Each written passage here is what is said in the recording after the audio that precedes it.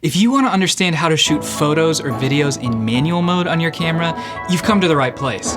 In this video, I'm going to explain the basics of how a camera works and teach you how to control the settings yourself to get the best possible image out of your camera. I'm going to leave out a lot of the technical jargon and science and just explain things in a way that makes it easy to understand. So let's go.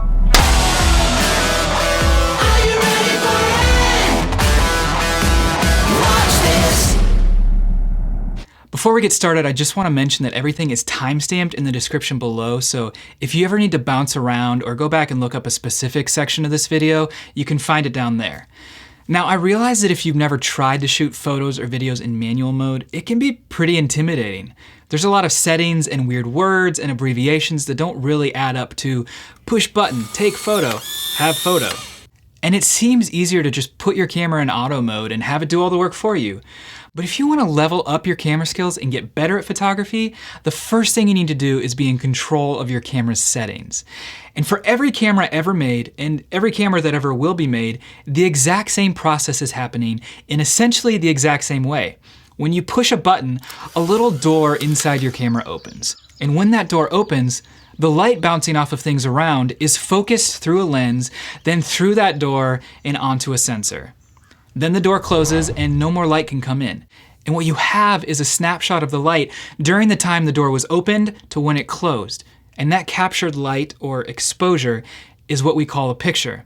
This process of capturing a certain amount of light onto a 2D surface is the same from the very first camera that was created, to the giant cameras of old, to classic home video cameras, to Polaroid cameras, to a tiny point and shoot, to a professional photography setup, to a cinema camera, to a GoPro, and even the cameras we all carry around in our pockets. And they all do it in the same way. A lens is fixed to a body. Inside that body is a digital image sensor. And in front of that sensor is a shutter, which is like the door I mentioned earlier. That's it. Those three things: a lens, a sensor, and a shutter. Lens, sensor, shutter, lens, sensor, shutter. If you can understand those three things, you can literally pick up any camera and capture the best image possible for that camera. Also, it's just way more fun and way more satisfying to make a camera do what you want it to do and to capture the photo you're imagining in your head, instead of just pointing it at something and hoping the auto mode does it for you. So we're gonna switch our cameras into manual mode and explain how you can master setting your own exposure. Like I said, there are only three things you need to understand in order to control how your camera captures light: lens, sensor, and shutter. And from here on out, I'm going to refer to them by the terms of what they're controlling: aperture, shutter speed, and ISO. These three things work together to control the amount of light that ends up in your image. But each one also affects another aspect of how your image looks. Our goal with every photo is to capture the correct amount of light, but also to make some artistic decisions about how the photo will look and feel. For example, this photo and this photo are both exposed the same and correctly, but this photo has a blurry background, which pulls your attention to the subject, whereas this photo has everything in focus, which makes your eyes wander around and see everything that's going on. Depending on what type of photo you're taking, you may want to do this, or something in between like this. This is what we call changing the depth of field, or changing how blurry the background is. One more example. This photo and this photo are also exposed the same, but this photo looks frozen in time. You can see the individual water droplets stuck in a split moment, whereas here, instead you get a sense of the motion of the water and its fast movement and flow.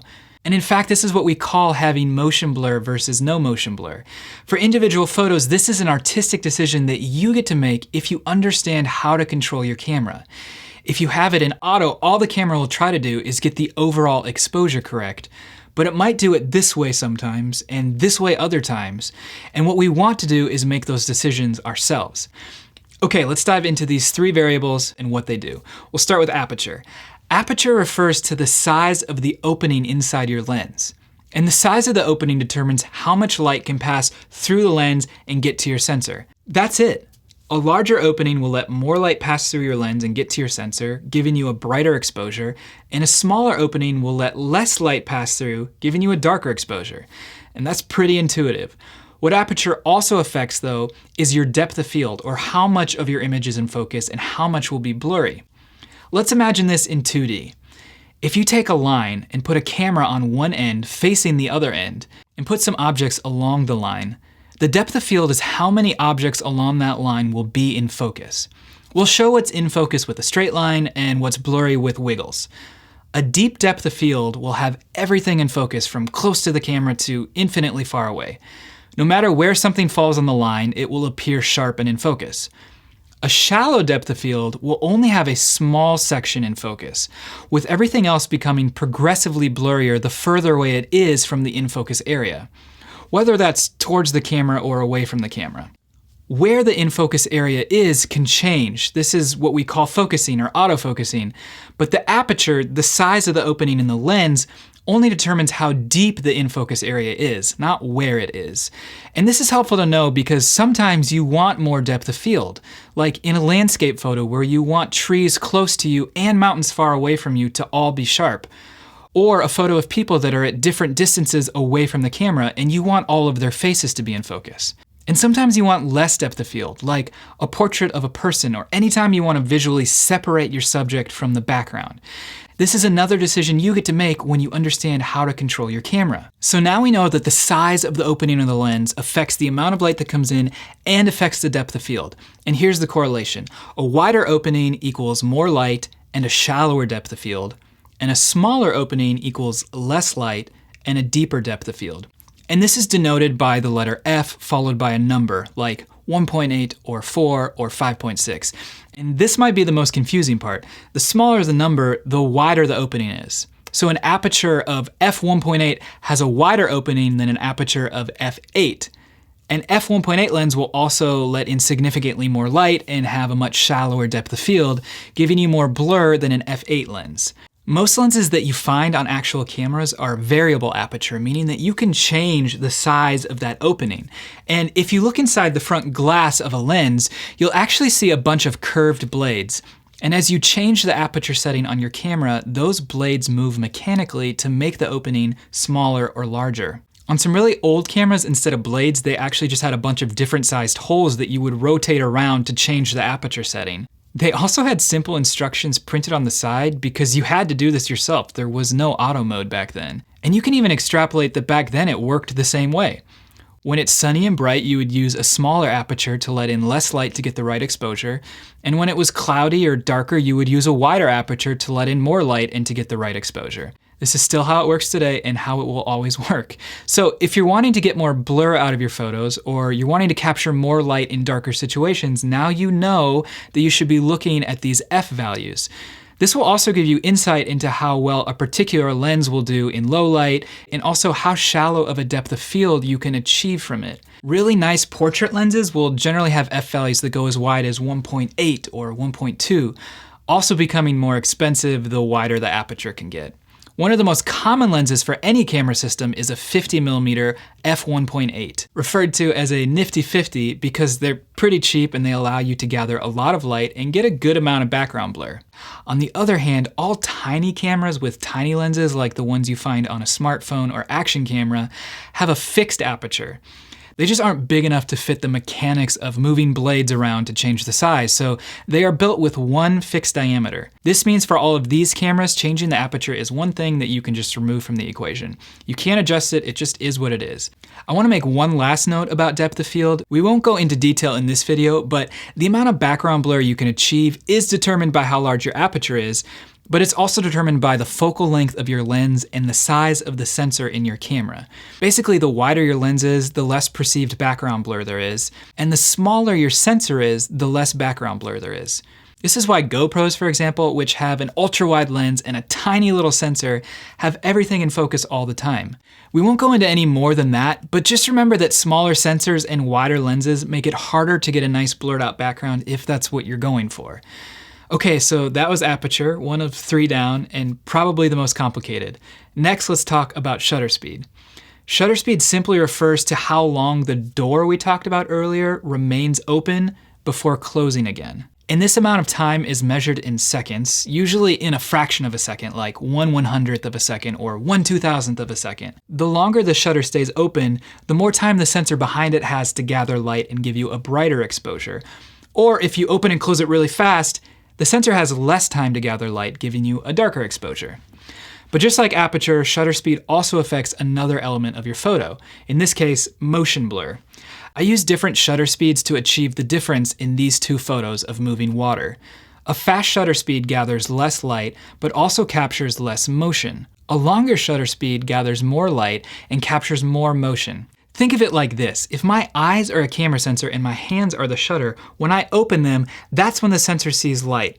And if my hands are open and something is moving, the sensor is seeing all of that light from here, here, here, here, here, here, here. And all of that motion is now captured onto the sensor, like this. Or if I want to freeze something just here, I need to make sure that I open and close the shutter fast enough to only capture that split moment when it's here, like this. Now, in general, you want to keep your shutter speed at least fast enough to not capture any unwanted blur, and anything higher than that or faster than that is fine. Once motion is frozen, it's frozen no matter how much faster your shutter speed is. Keep in mind that even if a subject isn't moving fast though, things are still moving. Tree branches are swaying in the wind, a person isn't standing perfectly still even when they're posing, and just holding a camera in your hands has a little bit of shake, all of which gets captured into your image and will show up as blur, or at the very least, make your photo not seem super crisp or sharp. So a good starting point is to try to keep your shutter speed at least double your lens focal length, until you get a good idea of what you can get away with. So for example, if you're shooting with a 50mm lens, keep your shutter at 1/100th or higher. If it's a 75mm lens, shoot for 1/150th of a second or higher. This is just a general rule to get you started, and a lot of cameras have some sort of stabilization feature built into either the sensor or the lens, which helps counteract the shake of your hands, in which case you can turn the shutter speed down a bit and still get sharp photos. But if you want to shoot things like sports or dogs running or pouring coffee, and you want the image to look frozen in that moment, you'll need a much higher shutter speed to do so. And remember, this will also let in less light the faster your shutter speed is. So it's best to be in a brighter environment, either outdoors or a brightly lit gym or room, when you're trying to freeze things in your image that are moving fast in real life. If you want motion blur in your image, set a much slower shutter speed and use a tripod if possible so that the camera isn't moving at all. If you use a really slow shutter speed while hand-holding your camera, the object that you want to have motion blur will, but everything else in the frame might also if you don't hold the camera perfectly steady. Keep in mind that if it's really bright out, this will let in a lot of light because the whole time your shutter is open, the sensor is capturing the light and how it moves. So you'll have to bring the exposure down with another setting like making your aperture smaller or using a neutral density filter in front of your lens, which is basically like sunglasses for your camera, blocking out the light. This is a photo that I took early on in my career using a long shutter speed, a mini tripod, and a cheapo dark neutral density filter. There is no way that my camera ever could have gotten this photo in auto mode. I had to make the decisions myself to capture the image this way that I wanted. Okay, so that's it for shutter speed. It affects the amount of light and it affects the amount of motion blur. The last setting you can control that affects exposure is ISO, and this is related to the sensor in your camera. The easiest way to think of ISO as a setting is just like a digital brightness slider. If you raise the value up, it makes the photo brighter. If you lower it, it makes the photo darker. In reality though, this isn't exactly what's happening. Every camera sensor has a base ISO value. Usually this is the lowest number you can set your camera to, something like ISO 100. And this base ISO is the best setting your camera has and reflects the sensor's inherent sensitivity to light. You can raise the number in your camera and the photo will appear to get brighter, but all that's happening is your camera is digitally making your image look brighter. Whereas aperture and shutter speed actually change something mechanical, changing the size of the opening in the lens or leaving the shutter open longer or shorter for more or less light, the ISO setting doesn't actually change anything physical that affects how much light gets to your image, because you can't actually change anything physical on a digital image sensor. Back when cameras used film instead of digital sensors, there were different films that had different sensitivities to light, and you could change them out in your camera. So if you were shooting outside on a bright day, you would use a certain type of film that was less sensitive to light, and if you were shooting inside or in a darker environment, you'd use a film that had a higher sensitivity to light. But we can't just swap out sensors like we could film, so it's good to know that your camera will perform best at its base ISO setting. The higher you go above the base number, the worse your image will look in terms of noise and sharpness and color accuracy and dynamic range. And this is the other thing that ISO affects. Aperture affects depth of field, shutter speed affects motion blur in your image, and ISO really just affects the quality of the image. So why even have a setting for this then? Well, there's a few reasons. First, it just makes it easier to tell what your finished image will look like. If you have your aperture set to the correct value for the depth of field that you want, and you have your shutter speed set correctly for the amount of blur or no blur that you want, and your image still looks a little too dark, this is when you would raise up your ISO so that you can see your image at the correct exposure. What you should never do is have your ISO up super high, have an image that's too bright, and then increase your shutter speed beyond what it needs to be in order to bring the exposure back down. Always try to control the light with aperture and shutter speed first, and then adjust the ISO as needed. And to be fair, modern digital camera sensors perform best at base ISO, but a lot of them, especially larger sensors, can go up pretty high in ISO before they start to show any noticeable negative effects. Another reason to use the ISO setting is if you're shooting JPEG images, which I don't recommend.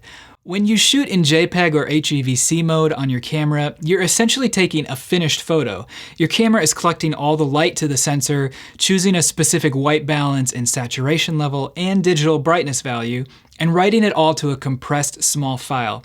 You can only make tiny adjustments to the overall look of this image when you go to edit it, including the ability to make it brighter or darker. So you want to make sure that you have the ISO set to the correct level when you shoot JPEGs, so your image has the correct finished exposure. If you shoot RAW files on your camera, which you should, your camera isn't creating a finished image. The only thing that's permanent is the amount of light that physically hit your sensor based on the aperture size and shutter speed. But ISO can be changed when you go to edit a RAW image. This again is because ISO is not a physical change, but a digital change. So it doesn't matter if you make that change while you're taking the photo or editing the photo. And since your camera hasn't permanently written an ISO value to the file like it does in a JPEG, you can change it after the fact. Here's an example to help illustrate. I have my aperture and shutter speed set correctly to let in the most light possible with no motion blur, but my image still looks too dark. If I raise the ISO setting on my camera to get it looking exposed correctly, it now looks like this. But if I just raise the brightness setting in my editing software to get this dark image brighter, it looks like this, exactly the same. Now this is only true if I have a camera that shoots RAW images. If I try to do the same thing with a JPEG photo, it'll look like this when I try to brighten it later. Not so good. So if anything, it's okay to use ISO, but use it as the last resort. And even though you can raise ISO later on, it's never recommended to try to lower it. I would personally err on the side of shooting just slightly underexposed when setting the ISO value and raising it a bit later if you need to. And it's just a reality that some cameras have better sensors and are more sensitive to light. Large sensors like this, paired with a large aperture lens, can basically see in the dark like it's daytime. Okay, that was a lot to go over. Let's do a quick review. Cameras all look different. They're different sizes, they have different buttons, different size sensors, and different lenses and different layouts, but they all work the same way. And all you need to understand are the three elements of exposure. Aperture affects how much light comes in and how much depth of field there is. Shutter speed affects how much light comes in and how much motion blur there is. And ISO affects how much you digitally brighten your photo and also the overall quality. The best way to really master these settings is to play with them for yourself. And it takes a little practice. First, you need to learn where the buttons are on your camera to control these settings. Every camera will let you do it somehow, but it may be slightly different from one camera or brand to another. So read the manual if you have it, or look up a YouTube tutorial specific to your camera, or do a Google search on how to get aperture, shutter speed, and ISO for your camera model. Then, before you take a photo, just stop and think. What do I want this photo to look like? Imagine it in your head. Is everything in focus, or do you want the background to be blurry? Or do you want the foreground to be blurry? Is everything frozen in time, or is there blur and movement? How bright should the photo actually look? Then take a few seconds, try to get the settings where you think they should be, and take the photo. Then review the photo, see if it actually looks how you wanted it to look. If it doesn't, then it's simply a process of figuring out what you need to change and trying again. And I promise you, once you practice doing this, even just a little bit, it'll start to make so much sense that eventually you won't even think about it. At some point, you'll just pick up your camera and start dialing in the settings to capture the kind of photo that you want to capture. And you'll never have to worry about the auto mode on your camera doing it the wrong way ever again. If you enjoyed this video or found it helpful, it'd be awesome if you'd give a like below and consider subscribing for more videos covering content creation skills and tips and creativity. And if you have any questions, feel free to share them in the comments below and I'll do my best to answer them. You got this. I believe in you. I'll see you in the next one.